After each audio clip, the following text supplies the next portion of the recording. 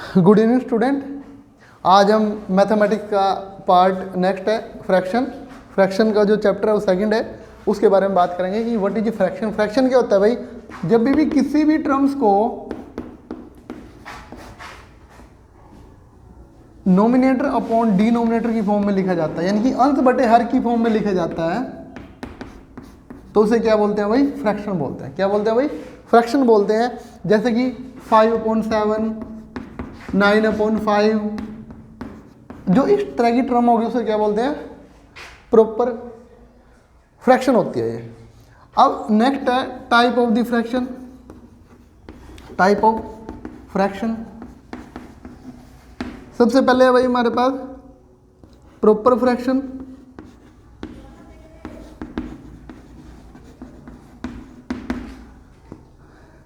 इसको हिंदी में बोलते हैं, चलो इसे बोलते हैं उचित फ्रैक्शन, उचित भिन्न बोल सकते हैं। जैसे क्या हो गया 2/7, 3/4, 9/11 समथिंग। सेकंड हमारे पास इम्प्रॉपर फ्रैक्शन।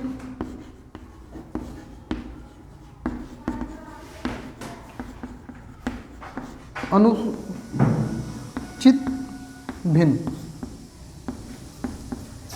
इसमें अपोजिट रहेगा 2/7/2, 4/3, 11/9, इस तरह की जो टर्म्स होगी। थर्ड हमारे पास मिक्स फ्रैक्शन। क्या भाई? Mix fraction. इसमें क्या रहेगा भाई हमारे पास? जैसे हम 4 1/2, 8 2/3, 9 2/3, ऐसी जो टर्म्स होगी वो हमारी मिक्स फ्रैक्शन होगी। नेक्स्ट है हमारे पास जो तीन टर्म्स हमारी पहले, सबसे पहले है प्रॉपर फ्रैक्शन, नेक्स्ट है इम्प्रॉपर फ्रैक्शन, उसके बाद है मिक्स फ्रैक्शन, और उसके बाद है मिक्स के बाद है इक्विवेलेंट फ्रैक्शन। क्या है भाई? Equivalent fraction.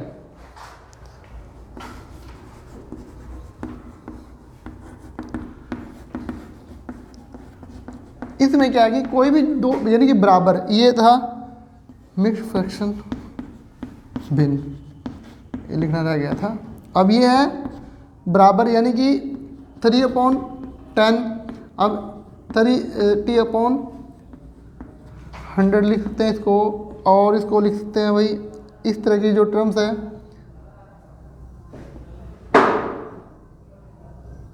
3/10, और जो ऐसी टर्म्स होगी वो सेम टर्म्स हो फ्रैक्शन करने के बाद। नेक्स्ट है हमारे पास, इसके बाद है हमारे पास रेसिप्रोकल फ्रैक्शन। ऐसा फ्रैक्शन जो अपोजिट हो, जैसे कि 3/4 है तो नेक्स्ट क्या होगा? 4/3 होगा, या 5/7 है तो नेक्स्ट क्या होगा? 7/5। एक दूसरे के अपोजिट जो हो उसे क्या बोलते हैं? रेसिप्रोकल फ्रैक्शन बोलते हैं। क्या बोलते हैं भाई? रेसिप्रोकल फ्रैक्शन बोलते हैं। और नेक्स्ट है हमारे पास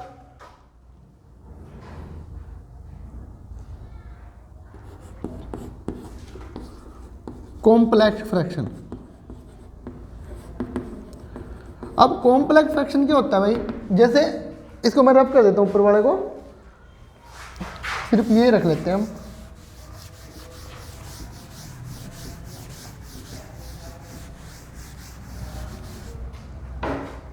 कॉम्प्लेक्स फ्रैक्शन क्या होगा? 2/3/8/4, यहाँ पर कॉमा 8/3, 3/4/2/8, 3/2, इस तरह की जो फ्रैक्शन होगी उसे बोलते हैं कॉम्प्लेक्स फ्रैक्शन। अब फ्रैक्शन का पार्ट, टाइप ऑफ फ्रैक्शन यहीं पर ख़त्म होता है। अब जो आगे है हमारे पास, आगे है कि हम इसकी तुलना कैसे कर सकते हैं। अब दो फ्रैक्शन है, उन दो फ्रैक्शन का ऐड कैसे कर सकते हैं, उनको सब्ट्रैक्ट कैसे कर सकते हैं, अब वो देखते हैं। अब इनकी तुलना करते हैं ऐड के कंपैरिजन में। हमारे पास ये टर्म्स गिवन है, अब इनका जोड़ निकालना है, हमने सम करना है। अब ये जो लिखा हुआ है यहाँ पर पूर्णांक जो संख्याएं हैं, जो होल नंबर लिखे उनको हम ऐड कर देंगे, 2 + 3 + 5, और जो बच गई टर्म उसको ब्रैकेट के अंदर डाल के उनका एलसीएम लेके उनका सॉल्यूशन करेंगे। अब इनका ऐड करने के बाद क्या है भाई 10, अंदर क्या रहेगा, अगर एलसीएम लेते हैं तो इनका क्या आएगा 20, ठीक है 20, 5, 15, यानी कि 20 को 4 से डिवाइड किया, 5 और 3 से मल्टीप्लाई कर दिया तो क्या है हमारे पास, जैसे यहाँ पर लिखते हैं हम 20 को 4 से डिवाइड किया 5 और 3 मल्टीप्लाई, फिर प्लस 20 को 2 से डिवाइड 10 और 1 मल्टीप्लाई, प्लस 20 को 4 से डिवाइड और 2 से मल्टीप्लाई। अब आंसर क्या आएगा 10, अंदर क्या बचेगा भाई 15, 15, 10 प्लस 8 अपॉन 20। अब इनको अगर जोड़ निकालने तो क्या आएगा 10 ही सेम रहेगा। अब ये हो जाएगा आपके पास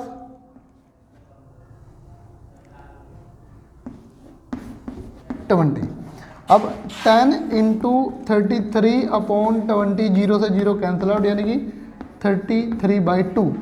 अब 30/2 को मिक्स फ्रैक्शन में कैसे लिख सकते हैं, 30/3 को 2 से डिवाइड करने के बाद 2 1 जा 2 1 3 2 6 12 आंसर, यानी कि ये हमारा आंसर आएगा फाइनली। ये क्या भाई हमारा आंसर। अगर हम इस टर्म को जोड़ते हैं, इस टर्म का जोड़ निकालते हैं तो ये हमारे पास आएगा निकल के।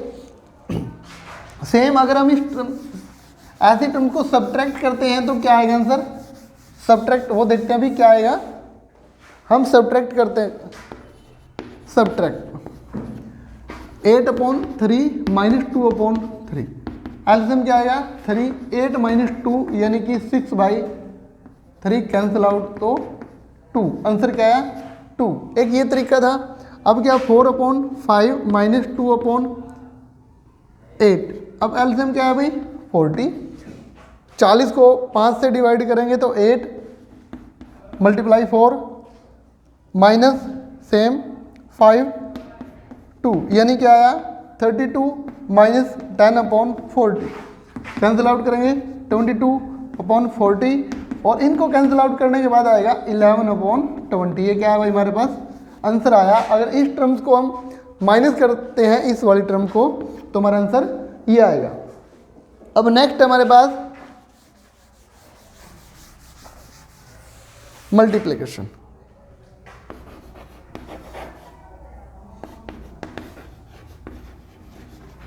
अभी इसमें क्या रहेगा, दो टर्म्स हमारे पास, उनका हमने मल्टीप्लाई करना है 25/9।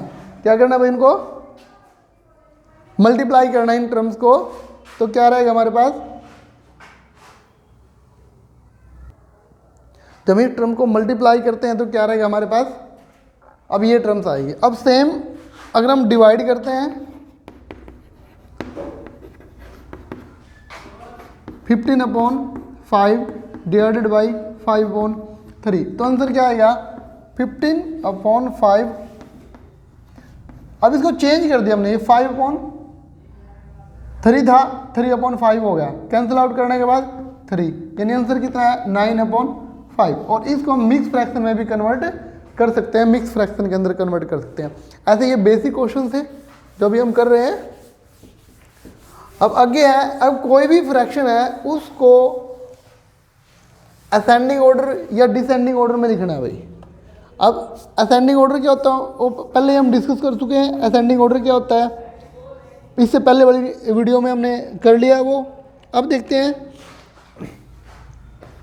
असेंडिंग ऑर्डर फ्रैक्शन के अकॉर्डिंग 2/3, 5/4, 3/5 है। अब सबसे पहले क्या है कि हमने इनका एलसीएम लेना पड़ेगा। सबसे पहले क्या करना पड़ेगा भाई, एलसीएम लेके इसको सोल्व करेंगे। तो असेंडिंग ऑर्डर में क्या होगा भाई, सबसे पहले हमने इनका एलसीएम लेना पड़ेगा। क्या लेना पड़ेगा, एलसीएम। एलसीएम कितना है इनका, अगर लेते हैं तो एलसीएम आएगा इनका 60। अब 60 को 3 से डिवाइड किया 20 यानी कि 40 और ये हो गया 15 को 5 से मल्टीप्लाई करेंगे तो 75 और 12 36। अब ये टर्म्स आई हमारे पास। अब हमने देखना कि इनमें से सबसे छोटी टर्म कौन सी है, ये वाली टर्म से छोटी वाली। तो इसमें क्या ये है 3/5 और नेक्स्ट क्या है हमारे पास, ये इसके लिए ये टर्म्स है तो 2/3 और हमारे पास ये क्या होगा भाई हमारे पास असेंडिंग ऑर्डर। सेम ये हमारा असेंडिंग ऑर्डर है, वैसे ही डिसेंडिंग ऑर्डर रहेगा हमारा। तो सेम दैट डिसेंडिंग ऑर्डर भी यही रहेगा हमारे पास भाई, डिसेंडिंग ऑर्डर में भी यही रहेगा, सिर्फ जो इसका अपोजिट हो जाएगा असेंडिंग ऑर्डर का। अब ये था हमारा बेसिक कंसेप्ट। अगर इसकी ट्रिक हमें जाननी है तो ट्रिक के लिए हमें कुछ बातें याद करनी पड़ेगी। अगर असेंडिंग ऑर्डर डालना है, अगर उसका डिनोमिनेटर और नोमिनेटर दोनों की बात करनी है हमने, अगर हमारा नोमिनेटर सेम है, अगर नोमिनेटर क्या भाई सेम है और डिनोमिनेटर क्या भाई चेंज है, चेंज हो रहा है नोमिनेटर, तो उस टर्म में क्या अप्लाई करना पड़ेगा हमें। अगर हमारा नोमिनेटर सेम है, डिनोमिनेटर सेम नहीं है, तो इसमें क्या रहेगा भाई। अब हम इसमें देखते हैं, सपोज करो ऊपर वाला हमारे पास सेम है,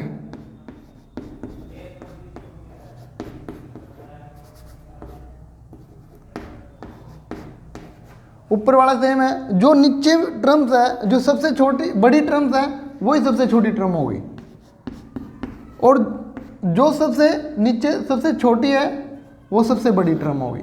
अब इसमें क्या रहेगा 2/5, 2/4, 2/3, ये रहेगा भाई सेम। अगर नोमिनेटर सेम है तो इस कंडीशन में ये रहेगा। अपोजिट क्या रहेगा, अब डिसेंडिंग ऑर्डर इसका अपोजिट रहेगा भाई, डिसेंडिंग ऑर्डर क्या रहेगा इसका अपोजिट रहेगा। जो नीचे वाला सेम है यानी कि डिनोमिनेटर सेम है, तो इसका अपोजिट रहेगा वो जो सबसे बड़ी टर्म है वो सबसे बड़ी रहेगी, और जो छोटी टर्म है वो सबसे छोटी रहेगी, अगर वो डिनोमिनेटर सेम है तो डिसेंडिंग भी यही रहेगा भाई।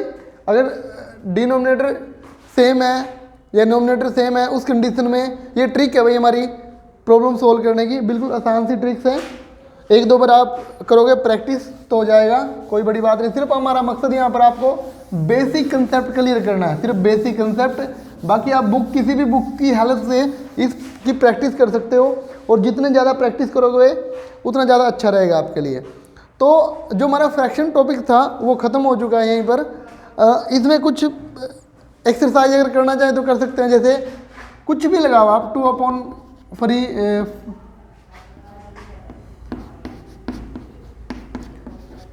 ये आप प्रैक्टिस सेल्फ प्रैक्टिस करोगे तो बहुत अच्छा रहेगा।